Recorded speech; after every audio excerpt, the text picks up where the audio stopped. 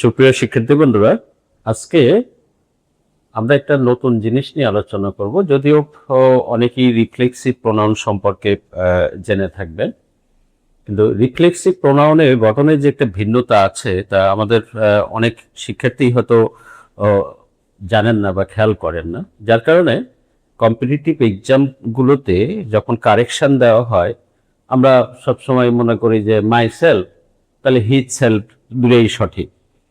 কিন্তু এটা যদি শুধু গঠনটা একটু ভালো করে জানা হয় তাহলে পরে এই ধরনের ভুল হওয়ার সম্ভাবনা খুবই কম থাকে।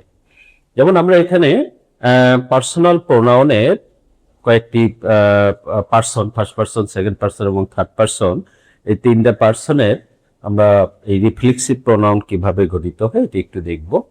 আমরা এখানে প্রথমে লিখেছি সাবজেক্টিভ ফর্মগুলো প্রথম কলামে, দ্বিতীয় কলামে লিখেছি অবজেক্টিভ ফর্ম, তৃতীয় কলামে লিখেছি হলো পজেসিভ ফর্ম। ফাইনালি আমরা এগুলো দ্বারা গঠিত রিফ্লেক্সিভ প্রোনাউন গুলো কিভাবে হয় সেটা আমরা লিখেছি।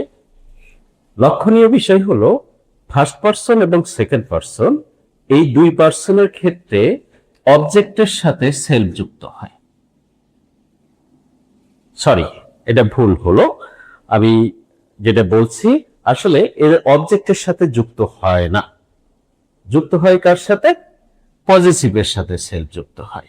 একটা খেয়াল করার বিষয় যে ফার্স্ট পার্সন এবং সেকেন্ড পার্সন এদের ক্ষেত্রে অবজেক্টের সাথে কখনোই সেলফ যুক্ত হয় না, সেলফ যুক্ত হচ্ছে পজিটিভের সঙ্গে। যেমন আমরা মাই সেলফ, আওয়ার সেলফ, আওয়ারের সাথে সবসময় প্লুরাল ব্যবহার করতে হয়, সেলফস, ঠিক। ইয়োর সেলফ এটার দ্বারা দুটোই গঠিত হয়, ইয়োর সেলফ, ইয়োর সেলফস। আমরা যদি একজনকে বোঝাতে চাই তাহলে ইয়োর সেলফ, আবার সবাইকে বোঝাতে চাইলে সেকেন্ড পার্সনে তখন ইয়োর সেলফ ব্যবহার করতে হয়। কিন্তু মজার বিষয় হলো আমরা যখন থার্ড পার্সনে যাই তখন থার্ড পার্সনে আমরা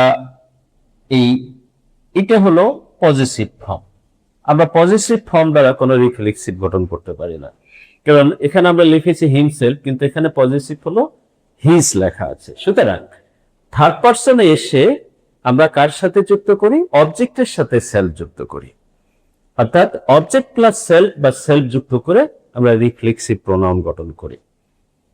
তাহলে এখানে পার্থক্য বা শেখার বিষয় যেটা হলো যে আমরা যখন ফার্স্ট পার্সন এবং সেকেন্ড পার্সন এর কোনো রিফ্লেক্সিভ প্রোনাউন দেখবো তখন অবশ্যই খেয়াল করতে হবে যে আমরা যেন পজিটিভের সাথে সেলফ যুক্ত করি, এবং থার্ড পার্সনে যখন যাব তখন আমরা অবশ্যই যেন সেটা অবজেক্টের সাথে সেলফ যুক্ত করি।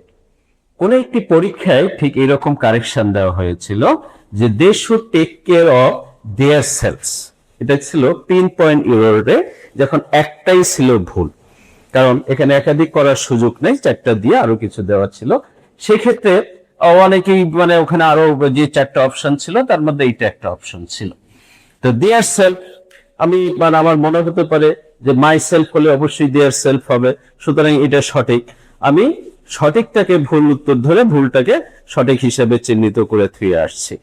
এই ধরনের ভুল থেকে রক্ষা পাওয়ার জন্য এই স্ট্রাকচারটা, এই সংক্ষিপ্ত বিষয়টা যদি আমি মনে রাখতে পারি, আমার ধারণা যে এই জাতীয় ভুল আর কখনোই হবে না।